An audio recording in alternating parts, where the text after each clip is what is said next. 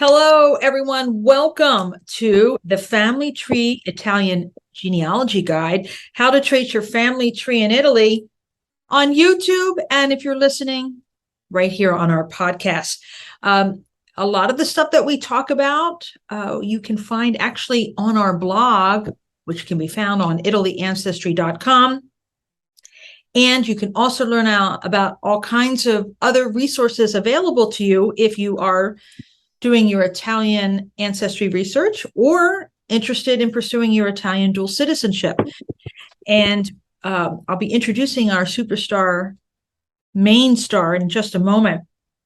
But Melanie hosts a great resource the last Friday of each month right on Facebook called Presto Italia, where she gives you tips, resources, and other great information.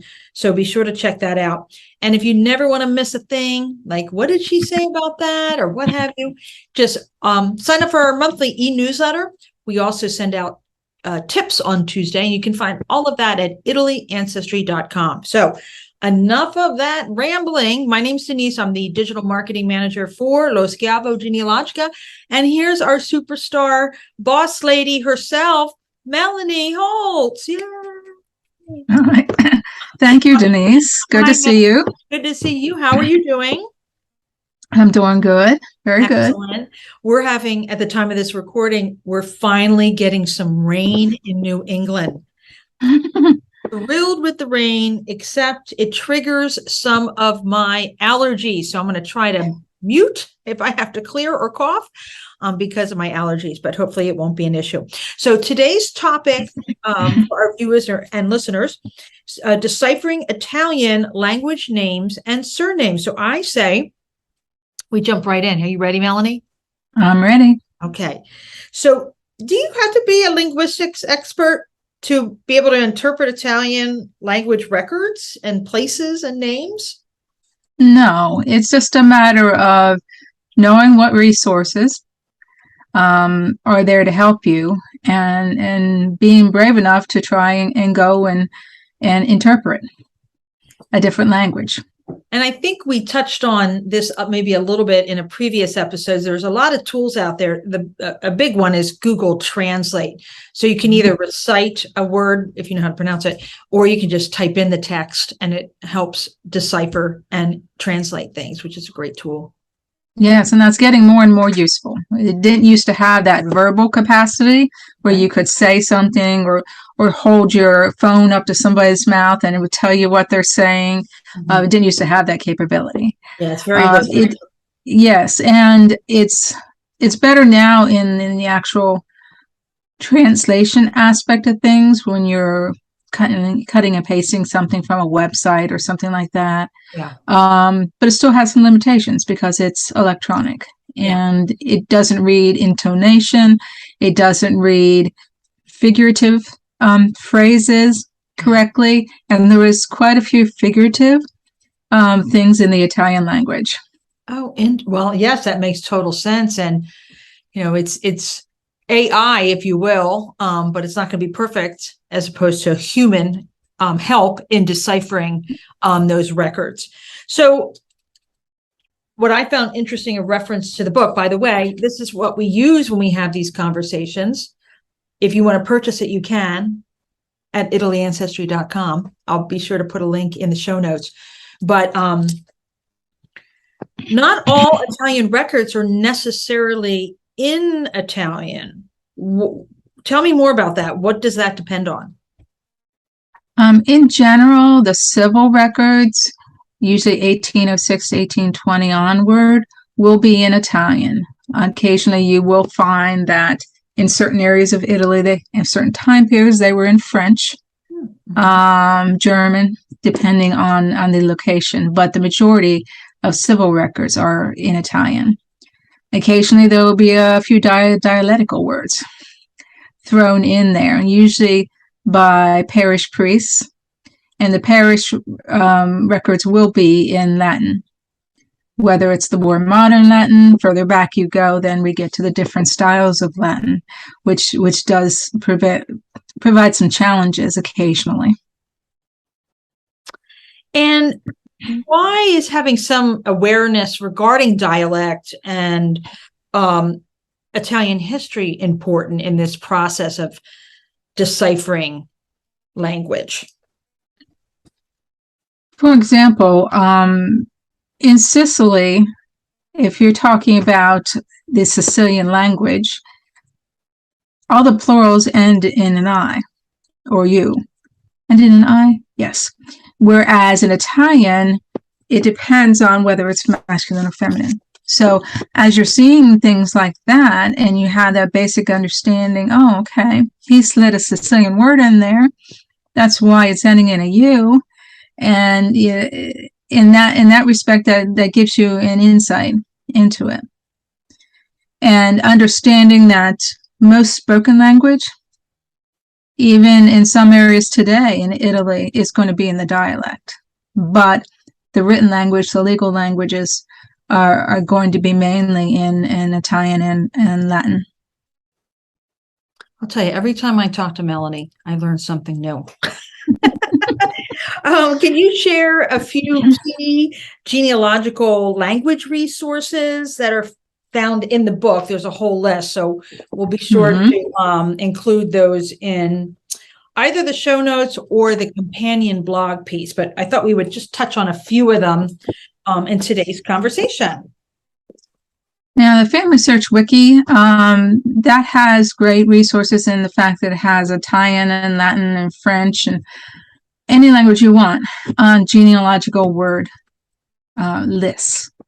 So that can be really helpful. Oftentimes there also are numerical lists contained within the same product provided by Family Search, where it have the months and the numbers and all that sort of thing. And as you're looking at genealogy records, if you don't know how to write out 1925, they didn't always put the numbers. Sometimes they wrote it out longhand, especially in civil records. They wrote everything longhand. And we already talked about Google Translate. Are there any other apps that can help with translation? Do you know of? Or any other tools? Well, there are different types of language tools. There are several Latin translation tools on the internet. You can just Google for those, and I think I might have one or two of them listed here on page 82 of the Family Tree Italian Genealogy Guide. Okay, great. Also, Ancestry has a few things, like there are, as you're researching in the records, you're finding occupations, words for occupations. And there are several occupational lists on the internet, and they can be really helpful. But keep in mind that some of these occupations are old terms for current occupations, or some of these occupations aren't quite the same as they are now. So there might be some differences. What would be an example of that? I'm not thinking of one off the top of my head, but I've encountered multiple examples over the years where I can find no translation for this particular occupation, but then I talk to my Italian colleagues and they'll say, oh yeah, that's an old term for such and such. Oh, interesting. Okay. So it's something, probably common knowledge amongst Italians, that this is the same term as this new one, but it's not making the dictionaries, and it's not even the older dictionaries. Okay. You can go on, and this is a good resource, you can go onto Google Books, and they have old Italian dictionaries. So you can go back and look at a dictionary from the 1600s and the 1700s and 1800s. And sometimes I have found some of those random words, especially the older occupations, in those books. Okay. And we've talked about this next topic, I believe, on Presto Italia, but can you share a bit more about how naming traditions work when it comes to, I assume it's it could be their first names as well, surnames, or can you explain that a little bit more? naming traditions usually come into given names or first names. Okay. So the first son and the first daughter is going to be named for the father's parents.